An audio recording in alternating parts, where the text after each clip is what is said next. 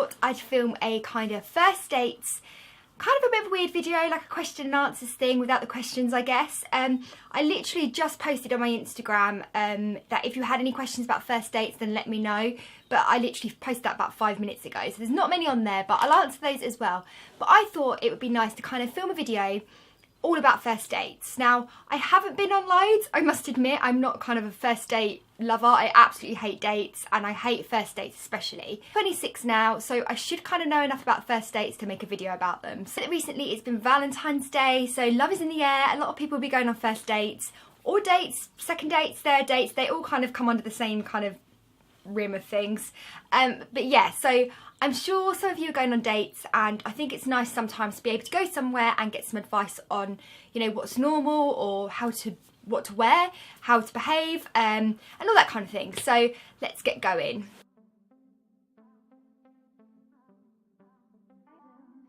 The first piece of advice I have about first dates is be yourself.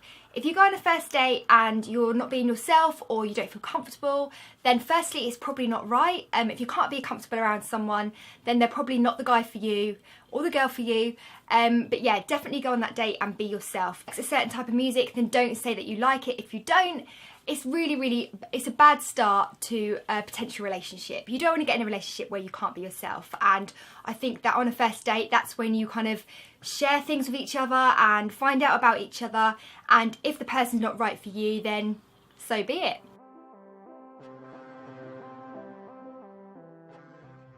That brings me on to my second tip, which is, if it's not right, don't worry, there will be another one. I used to get really like strung up about first dates and going on a date and thinking, oh my god, it was awful, but that's the only choice I have. No, that is not it. Do not do it. If that guy or girl that you go on a date with is not the person for you, then don't pursue it. You know, be honest. If they're not the person for you, you don't want to get in a relationship with them, because it'll be so much harder to get out of. Yeah, so you will know instantly whether someone is the one for you. Like on the first date, you'll either really click with them or you really won't. And if there is an in-between, then you can go on another date and figure it out on that date. So you don't have to make a decision on the first date. That's kind of what it's for, getting to know each other and seeing if you click together. So definitely don't put a lot of pressure on yourself. There's no need to do that.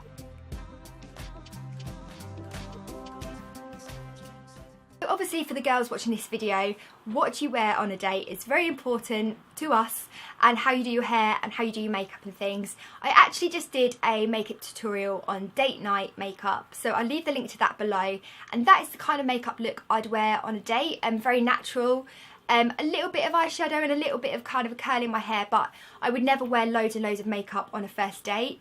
You don't really want to kind of overdo it. Because in terms of what I would wear on a date, obviously it depends where we're going. So if we were going for a meal, I would probably wear some black jeans, maybe a black kind of shirt or a top, and then a leather jacket. I don't really dress overly smart, and I probably wouldn't wear heels and things for dates. I like to be comfortable and feel kind of relaxed. So as soon as I put on a pair of heels, that's gone out the window. Just literally just wear whatever you want. Don't worry about it. Obviously, if you're going to a ball or some kind of really fancy event, then wear a ball gown, but that's very unlikely unless you're going out with Prince Charming.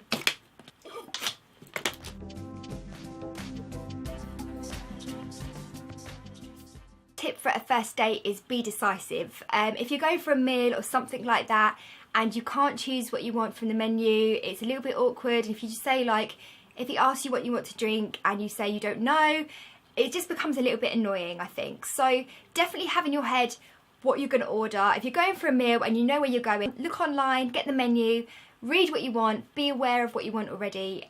There's enough pressure in that night and that day. The decision you'll have to make on the night is if you like the guy, which obviously is the main one, but you don't want anything else to kind of bug you and kind of overwhelm you a bit.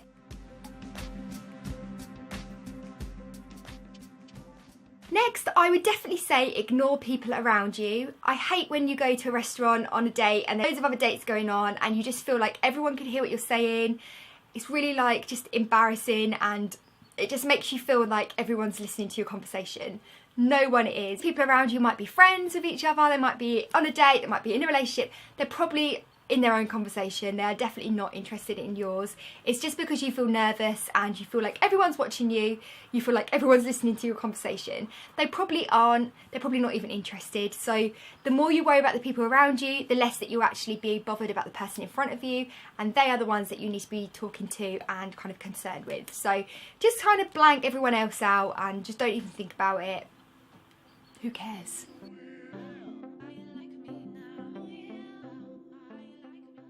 I'm just going to answer a few questions that I got on my Instagram. I'm just going to go on them on my phone. First question is from Country Chick Freak, and she has said, is it better to let the guy lead the conversation or to lead it yourself? Now this obviously depends whether you know the person already. So if you're on a date with someone that you've been friends with already, then the conversation will be a little bit easier.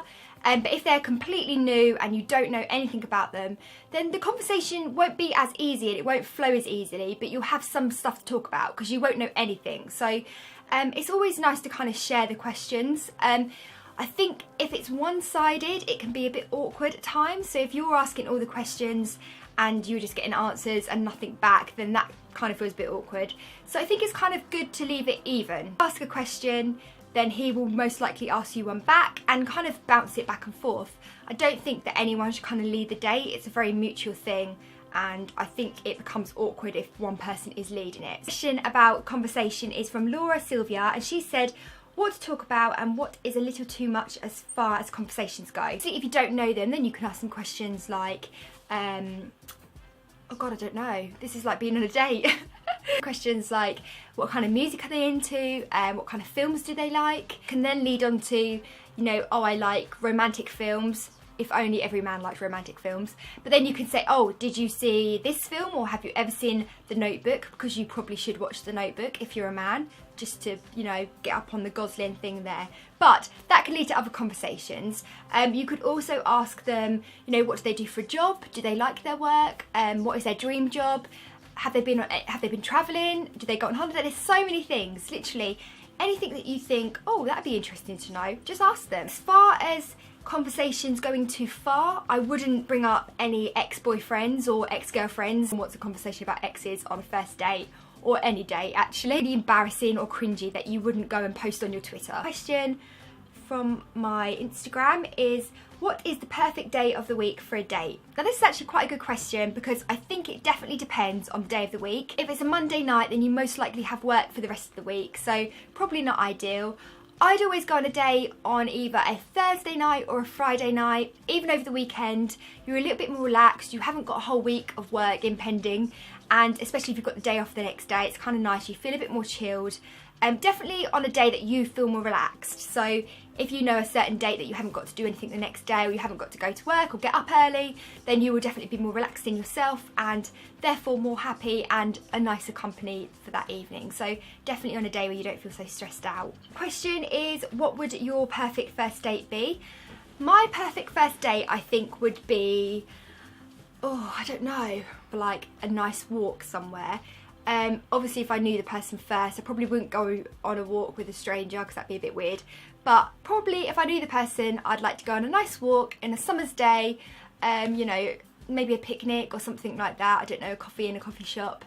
I don't mind going out for a meal, but I feel like sometimes they're a bit forced and it feels a little bit like you have to kind of sit opposite each other and have a conversation. If you're going for a walk or say bowling or something, there's something going on and it's not so awkward. Probably the worst place for a first date would be the cinema, because even though it's really, really easy, it's a bit of a cop-out. You just sit there and watch a film, you don't actually speak to each other. Roller skating. Go roller skating. Just don't break any bones, because that would be awkward. And I don't think there'd be a second date.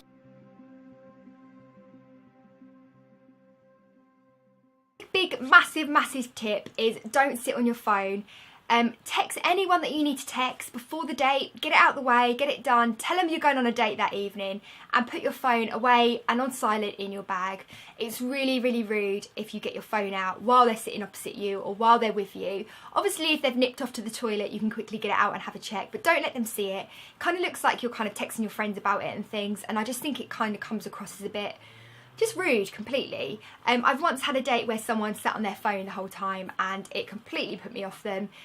Even if they'd sat there and been Ryan Gosling, it would have completely put me off. So definitely don't sit on your phone, and put it in your bag and keep it there. So don't get too het up. Relax, be yourself, dress comfortably, and you'll be fine. I hope that helps some of you thinking about going on a first date soon. I hope it goes well. If you are going on a date soon, let me know in the comments below how it goes. I'd love to hear your kind of stories and things. And if you have any advice for anyone else, of course leave them in the comments, and I'm sure that people will read them as well. Thanks for watching, guys, and I'll see you again next week for another video. Bye. Eat a jelly bunny before a date. That's my advice. I haven't got a date, but